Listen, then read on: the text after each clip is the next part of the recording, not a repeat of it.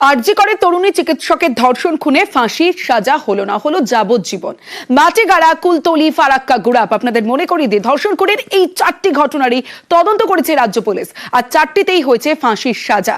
কিন্তু আরজি করের তদন্তে সিবিআই এক্ষেত্রে ফাঁসির সাজা হলো না, হলো যাবজ্জীবন কারাদণ্ড।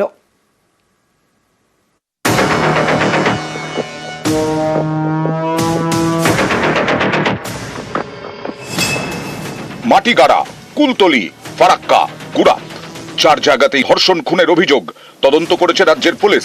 4 জায়গাতেই হয়েছে ফাঁসির সাজা। আরজি করে চিকিৎসককে ধর্ষণ খুন এই ঘটনার তদন্তে সিবিআই, এক্ষেত্রে হলো যাবজ্জীবন। অপরাধের সর্বোচ্চ শাস্তিটা আমরা সবাই চেয়েছি, মাননীয় মুখ্যমন্ত্রী চেয়েছেন, গোটা বাংলা চেয়েছে। সিবিআই এর খোলসা করে বলা উচিত কেন তারা ফাঁসির রায়টা আদায় করে আনতে পারলেন না। আরজি করের ঘটনায় ফাঁসি না হয়ে যাবজ্জীবন সাজা হওয়ায় অনেকেই ক্ষুব্ধ। তাদের বক্তব্য, সিবিআই এতদিন ধরে তাহলে কি তদন্ত করলো? ফাঁসির সাজা হওয়ার মতো তথ্য প্রমাণিত জোগাড় করতে পারলো না। এর থেকে তো কলকাতা পুলিশ তদন্ত করলেই ভালো হতো। এই রায়টা আমরা কোনো মতেই মেনে নিতে পারছি না। কলকাতা পুলিশ ফার্স্ট 72 আওয়ার্সে এই সঞ্জয় রায়কে গ্রেপ্তার করে। সঞ্জয় রায়ের পর কলকাতা পুলিশ যাকে গ্রেপ্তার করেছিল তারপরে সিবিআই কোন ধাপটা আগালো? আলটিমেট সিবিআই রেজাল্টটা কি? সিবিআই রেজাল্টটা আমরা পারাগতভাবে দেখছি 0। গত 9 আগস্ট আরজি করের চেস্ট মেডিসিন বিভাগের সেমিনার হল থেকে উদ্ধার হয় মহিলা চিকিৎসকের দেহ। কয়েক ঘন্টার মধ্যেই সিভিক ভলান্টিয়ার সঞ্জয় রায়কে গ্রেফতার করে কলকাতা পুলিশ। ঘটনার 5 মাস পর গত শনিবার সঞ্জয় রায়কে দোষী সাব্যস্ত করে শিয়ালদা আদালত। সোমবার ছিল সাজা ঘোষণা। কি হবে সাজা? ফাঁসি নাকি যাবজ্জীবন? নির্যাতিতার পরিবার চেয়েছিল দোষী যেন সর্বোচ্চ শাস্তি পায়। কম অপরাধী মানে সমাজে ঘুরে বেড়ালে অপরাধ আরো বাড়বে, তাই জন্য আমি অপরাধ করেছে সর্বোচ্চ সাজাই চাই। সর্বোচ্চ ফাঁসির সাজা অবশ্য হলো না, হলো যাবজ্জীবন। সর্বোচ্চ সাজা কোর্টের কাছ থেকে আদায় করে আনার দায়িত্বে কে ছিল? দায়িত্বে ছিল সিবিআই। কোর্টের কাছ থেকে কেন সর্বোচ্চ সাজা অর্থাৎ মৃত্যুদণ্ডটা আদায় করে আনা গেল না, এটা সিবিআই খোলসা করে বলতে পারবে। সিবিআই প্রাণদণ্ডের দাবিতে হায়ার কোর্টে যাবে কিনা সেটাও সিবিআই কে তাদের সিদ্ধান্ত স্পষ্ট করে বলতে হবে। অপরাধের সর্বোচ্চ শাস্তিটা আমরা সবাই চেয়েছি, মাননীয় মুখ্যমন্ত্রী চেয়েছেন, গোটা বাংলা চেয়েছে। সিবিআই এর খোলসা করে বলা উচিত কেন তারা ফাঁসির রায়টা আদায় করে আনতে পারলেন না। এর আগে মাটিগাড়া, কুলতলি, ফারাক্কা এবং গুড়াপ 4টি ঘটনারই তদন্ত করেছে রাজ্যের পুলিশ। 4টিতেই মিলেছে বিচার, হয়েছে ফাঁসির সাজা। মাটিগাড়া 1 বছর 14 দিনে ফাঁসির সাজা, কুলতলি ও ফারাক্কায় 62 দিনে ফাঁসির সাজা, গুড়াপে 55 দিনে। এদিকে আরজি করের তদন্তে সিবিআই, হলো যাবজ্জীবন।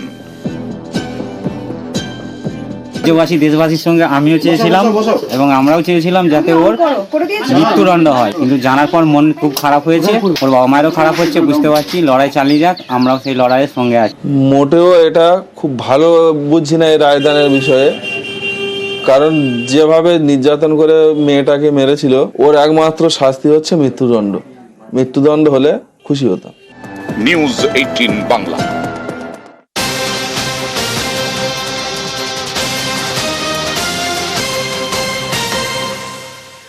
আরজি করে তরুণী চিকিৎসককে ধর্ষণ খুনের ঘটনার যে রায় ঘোষণার আগে আমজনতা প্রত্যেকেই চেয়েছিলেন সর্বোচ্চ শাস্তি হোক, কিন্তু শাস্তি হলো যাবজ্জীবন। আর এই মুহূর্তে আমার সঙ্গে 2 প্রতিনিধি রয়েছে। পানিহাটি থেকে রয়েছে সুবীর এবং ধূপগুড়ি থেকে রয়েছে রকি। আমি প্রথমেই পানিহাটিতে যাব সুবীরের কাছে। সুবীর, পানিহাটির মেয়ে, পানিহাটির মানুষ ছোট থেকে নির্যাতিতাকে দেখে এসেছেন, ডাক্তার হয়েছেন, তারপরে তারা চেয়েছিলেন যে এই যে নৃশংস ঘটনা তারপরে সর্বোচ্চ সাজা হোক। সাজা হলো যাবজ্জীবন। কি প্রতিক্রিয়া আম জনতার? দেখো তমশ্রী, পানিহাটির যে নির্যাতিত ছাত্রী তার যে আজকে সাজা ঘোষণা হয়েছে, আমার সঙ্গে সমাজের বিভিন্ন স্তরের মানুষরা রয়েছেন। আমি একটু প্রতিক্রিয়া নিয়ে নেব। বলছি যে আজকে যে সাজা ঘোষণা হলো সেই জায়গা থেকে কি বলবেন? সাজা ঘোষণা হলো তো বিষয়টা হচ্ছে যে বিচারক রায় দিয়েছেন তথ্য ওপর দাঁড়িয়ে, অর্থাৎ সিবিআই যে তথ্য হাজির করেছে তার উপরই রায় দিয়েছে। এখন আমাদের কাছে অনেক প্রশ্ন আছে। বিষয়টা হচ্ছে যে যেখানে আমাদের ডাক্তার মারা গেছেন সেই জায়গাটা ওভাবে তো হতে পারে না, কোনো ধস্তাধস্তি কোনো চিহ্ন নেই।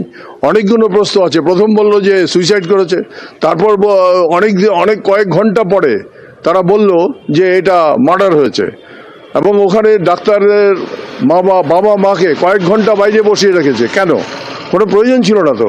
অর্থাৎ অনেক কিছু প্রশ্ন সামনে আছে যেটা গোটা পশ্চিমবাংলা এবং ভারতবর্ষের বিভিন্ন প্রান্তের মানুষের কাছে প্রশ্ন, যে তার কোনো মীমাংসা হয়নি। বিচারক তো বিচার করবেন, তথ্য সামগ্রী যা হাজির করবে তারপর দাঁড়িয়ে বিচার করবে, এবং সেই সমস্ত তথ্য বিচারকের কাছে হাজির হয়নি বলেই পশ্চিমবাংলার বেশিরভাগ মানুষ তাই মনে করেন। মুখ্যমন্ত্রী শুনছি নাকি বলছি আজকে যে এই যে সাজা ঘোষণা করা হলো, যাবজ্জীবন দেওয়া হলো, কি বলবেন? খুশি আপনারা? একটুও খুশি নয়। এটা যাবজ্জীবন কি ও তো একা করেনি, এটার পেছনে তো আরো অনেকেই রয়েছে। তারা কোথায়? তাদের শাস্তি কোথায়? সিবিআই কি করলো এতদিন? এই 4 মাস ধরে সিবিআই কি করলো? মেয়েটা তো চলে গেল, মেয়েটা তার কোনোদিন আসবে না তার বাবা মায়ের কাছে, তাই না? আপনারা কি আজকের এই রায় কি খুশি?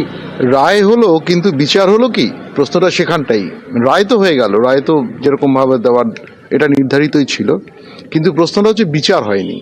বিচার প্রক্রিয়াটা চলছে, আমরা ওয়েট করছি যে সুনির্দিষ্টভাবে বিচারটা কবে পাওয়া যাবে। আজকের যে সাজা ঘোষণা হলো তাতে কি আপনারা খুশি? না, বিচার ব্যবস্থা এবং বিচারালয়ের প্রতি, বিচারপতিদের প্রতি যথাযথ সম্মান জানিয়ে এই কথা বলতে চাই যে আমরা যে ন্যায় বিচার, সুষ্ঠু বিচার, সুবিচার দাবি করেছিলাম, আজকের বিচারের মধ্য দিয়ে, রায়ের মধ্য দিয়ে আমরা সেটা পেলাম না। অর্থাৎ শুনে বোঝা যাচ্ছে যে পানিহাটির মানুষ, নির্যাতিতার বাড়ির যারা প্রতিবেশী, যারা সেখানে থাকেন, তারা কিন্তু খুশি নয় আজকের এই রায়।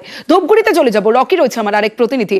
রকি, ধূপগুড়ির মানুষজন আজকের রায় নিয়ে তাদের কি প্রতিক্রিয়া, তারা কি বলছেন?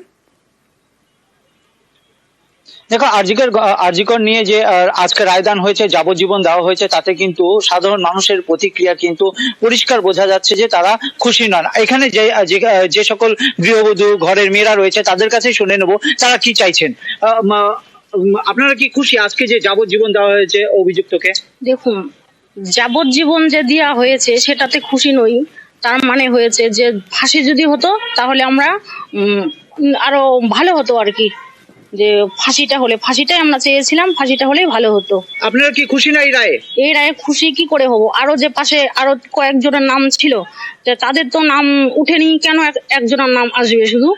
আরেকজনের কাছ থেকে শুনে নেবো। আচ্ছা, আপনি কি খুশি এই যে রায় দেওয়া হয়েছে? না, আমরা এই রায়তে আমরা খুশি না। আমরা যাবজ্জীবন আর ফাঁসি চাই। যে আবার যে 3-4 ছিল, তাদের 40টা কেন পৌঁছলো না কোর্টে? তাদের 40টা পৌঁছলে আমরা বুঝতে পারবো যে আমরা গৃহবধূরা যে আমরা বাস করি এই পশ্চিমবঙ্গে, আমরা সুস্থভাবে, শান্তিভাবে আমরা এইখানে বসবাস করতে চাই। আমরা কি যাবজ্জীবন এইভাবে থাকবো? আচ্ছা, আপনি কি মনে করছেন, কতটা খুশি বা কি চাইছিলেন আপনারা? আমরা চেয়েছিলাম এর ফাঁসি হোক, সাথে এর সাথে যারা জড়িত আছে তারাও যেন ফাঁসি হয়। এভাবে তো সম্ভব না, একটা লোকের দ্বারা এটা সম্ভব নয়। তাহলে আর মাথাগুলো গেল কোথায়? আপনি একজন গৃহবধূ হিসেবে কি চাইছিলেন, আর কি রায় পেলেন, আর খুশি কতটা? খুশি এতটা নই যতটা চেয়েছিলাম। আমি চেয়েছিলাম যে ফাঁসিটা হলে ভালো হতো। অর্থাৎ রকি, বোঝা যাচ্ছে পানিহাটি থেকে ধূপগুড়ি কেউই এই আজকের যে রায়, যাবজ্জীবন কারাদণ্ড, সেই রায়ে কেউই খুশি নন।